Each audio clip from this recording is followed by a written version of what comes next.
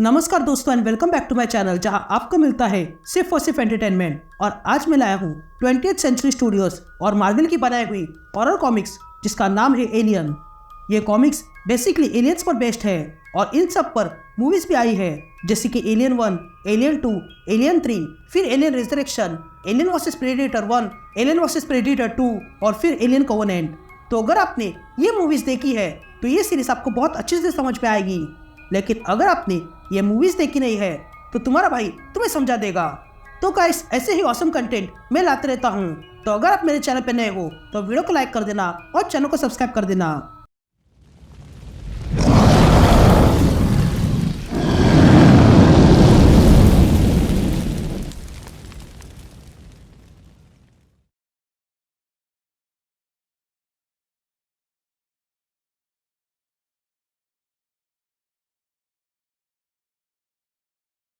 All right gang, तो issue की शुरुआत में हम जेनोमॉर्फ नाम के एलियंस को देखते हैं जो इस सीरीज के विलन्स है और वो करंटली बर्फ के अंदर फ्रीज पड़े हुए हैं और राह देख रहे हैं कि कब वो आजाद हो जाए। और तब हम एक जेनोमॉर्फ को देखते हैं जो बाहर निकलना चाहता है। फिर सीन शिफ्ट होती है और हम ईयर 2195 में आइसमुल LV-695 नाम की जगह देखते हैं जहाँ पर एक बाप बेटी जिनका नाम है डेटन और जाशा दिखाई देते हैं जो वहां पर खुदाई कर रहे थे ताकि उन्हें पानी के ट्रेसेस मिल सके।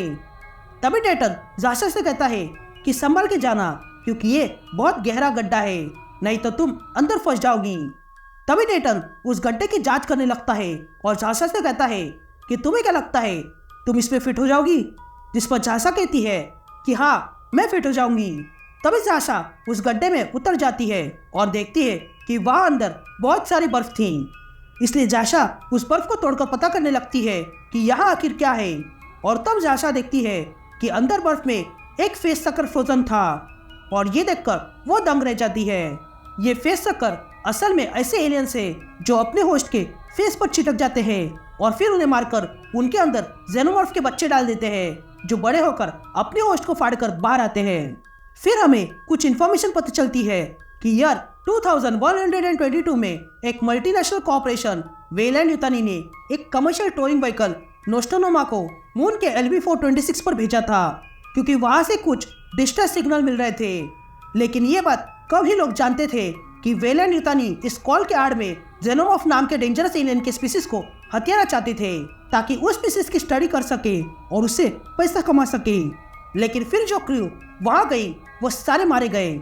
फिर साल 2179 में LV-426 पर हेडलेस होप नाम की कॉलोनी बिठाई गई थी, लेकिन वहां पर जेनोमॉर्फ ने हमला करके सब कुछ खत्म कर दिया। उसके बाद कई सारे रेस्क्यू टीम भेजे गए थे लेकिन वो सब असफल रहे। और अब साल 2195 में वेलैंड युतानी ने अपने सारे गंदे कामों को छुपा दिया है, लेकिन अब जेनोमॉर्फ का समय हो चुका है बाहर आने का। फिर हम एक मदरशिप देखते हैं जहां पर जाशा और डेटन कांटेक्ट करते हैं। तभी उस स्पेसशिप में से बट्टे जहान उनका कॉल उठाती है और कहती है कि तुम लोग पिछले 6 हफ्तों से पानी की खोज में थे और अब जाके कॉल कर रहे हो, क्या तुम्हें पानी मिल गया? लेकिन तभी हमें पता चलता है कि बट्टा प्रेग्नेंट है, लेकिन फिर भी वो काम कर रही है। तभी बट्टा कहती है कि हम वहां मदद नहीं भेज सकते हैं क्योंकि हमारा लॉन्च पैड बर्फ के कारण जम चुका है। यहाँ डेटन जाशा से कहता है कि जाशा बाहर आ जाओ। तभी जाशा उस फ्रोजन फेस सकर को निकालकर अपने बैग में रखती है। तभी जाशा डेटन से कहती है कि मुझे कुछ मिला है और मैं वो लेकर ऊपर आ रही हूँ। तभी जाशा बाहर आती है और तब डेटन उसके बैग लेता है और देखता है कि उसमें फेस सकर फ्रोजन था। ये देखकर वो हैरान रह जाता है। तभी जाशा अपनी माँ को कॉल करती है जो कोई और नहीं बल्कि बट्टा है। तभी जाशा बट्टे से कहती है कि मुझे कुछ मिला है और मैं जानती नहीं हूँ कि वो क्या है, लेकिन मैं जानना चाहती हूँ। तभी बट्टा जाशा से कहती है कि तुम्हें जो मिला है उसे स्कैन करो। ये कहते ही जाशा स्कैन करती है और तब बट्टा अपनी स्क्रीन पर देखती है और कहती है कि उस फ्रोजन सैंपल को अपने साथ यहाँ ले आओ। तभी डेटन बट्टे से कहता है कि मुझे नहीं लगता है कि हमें ये लेकर जाना चाहिए, जिस पर बट्टा कहती है कि हमें इसकी जांच करनी होगी और देखना होगा कि ये क्या है। तभी डेटन फिर से कहता है कि ये चीज जो कुछ भी है उसे यही दफना कर रख देना चाहिए। लेकिन बट्टिया उसे ऑर्डर देती है कि वो सैंपल लेके यहाँ आ जाए। फिर हम एक स्पेसशिप देखते हैं जहाँ पर मैसेज मिलता है कि एक सैंपल मिला है, और तब वो स्पेसशिप आगे बढ़ती है। यहाँ डेटन और जाशा अपने मदरशिप में आ जाते हैं, जहाँ पर जाशा वो सैंपल बट्टिया को देती है जो उसे कहीं पर बंद करके रखती है। फिर 2 हफ्ते बाद हमें एक स्पेसशिप दिखाई देती है, और तब हमें बट्टिया की आवाज़ सुनाई देती है जो कहती है कि मेरा काम क्लासिफाइड है, क्योंकि मिशन के बाहर कुछ ऐसी चीज़ें हैं जो मैं बता नहीं सकती हूँ, और मैं उसके लिए माफ़ी मांगती हूँ। हाँ, हम फैमिली है और हमें एक साथ रहना चाहिए। और तब हम देखते हैं कि वो शिप एक प्लेनेट की ओर बढ़ने लगती है। यहाँ हमें फिर से वही जगह दिखाई देती है जहाँ पर शुरुआत में डेटन और जाशा थे, और तब हमें उस गड्ढे के अंदर जेनोमॉर्फ दिखाई देते हैं जो जागने लगे थे।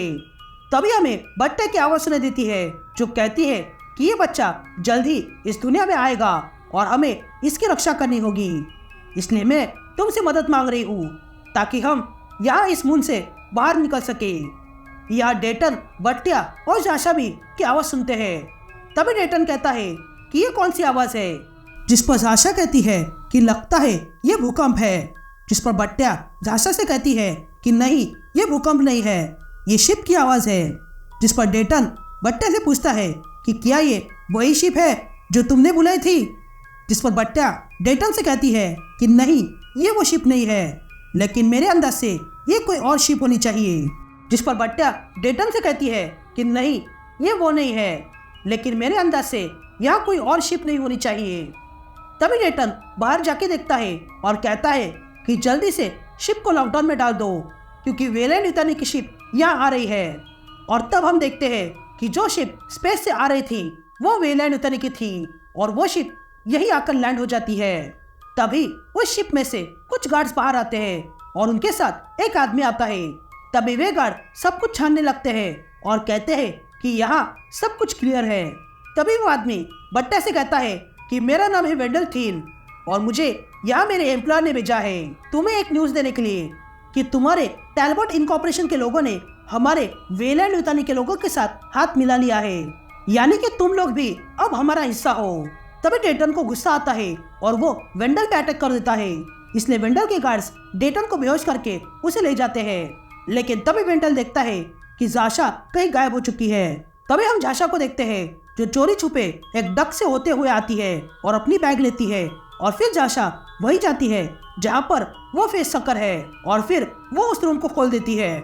यहाँ वेंडल बट्टे से पूछता है कि 2 हफ्ते पहले हमें जानकारी मिली थी कि तुम्हें कुछ मिला है, तो हमें वो जानना है, और अगर तुम ये नहीं बताओगी तो तुम अपने पति को भूल जाओ। यहाँ जाशा चोरी छुपे जा रही थी कि तभी उसे कुछ आवाज़ सुनाई देती है, और तब हम देखते हैं कि वो फेस सकर बर्फ तोड़ के बाहर आने लगा है। यहाँ हम बर्फ में जमे हुए जेनोमॉर्फ को देखते हैं जो जाग जाते हैं, और तब उनका बर्फ टूटने लगता है और वो बाहर आने लगते हैं, और इसी के साथ ये इश्यू यही कंटिन्यू हो जाता है।